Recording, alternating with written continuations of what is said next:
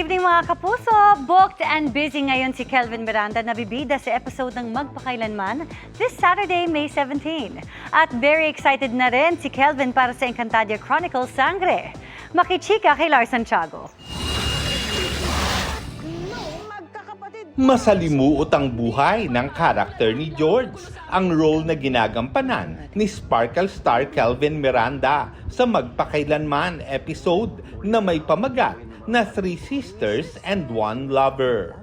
Sa kwento, magkakaroon siya ng relasyon sa 3 babae na magkakapatid pala na ginagampanan ni Ara San Agustin, Lizelle Lopez at Thea Tolentino.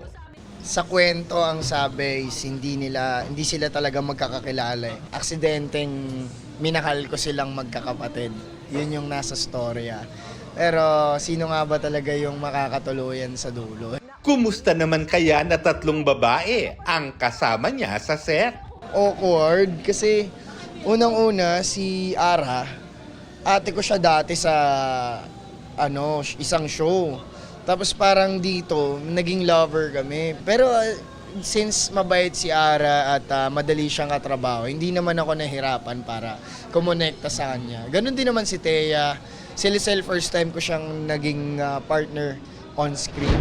Samantala, ngayong malapit nang ipalabas ang Encantadia Chronicles Sangre, tumataas ang nararamdamang excitement ni Kelvin, lalo na kapag napapanood niya ang mga trailer. Natutuwa po ako, parang lahat po nung pinaghihirapan namin, unti-unti nang nakikita ng mga audience and maraming natuwa sa mga nakapanood and nakakakita ng mga lumalabas na promo ng Sangre. Maging si Kelvin nga raw ay nagugulat sa nakikita niyang teasers ng Sangre, katulad ng pagkakaroon ng snow sa EDSA.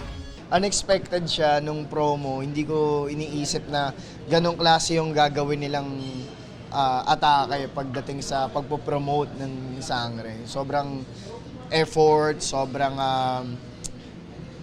talagang pasok sa story Kaya talaga mako-curious ka ano nga ba talaga yung meron sa Encantadia. Ano ba yung nababalot sa Encantadia ngayon? Bakit ganon? OR Santiago, updated sa showbiz happening.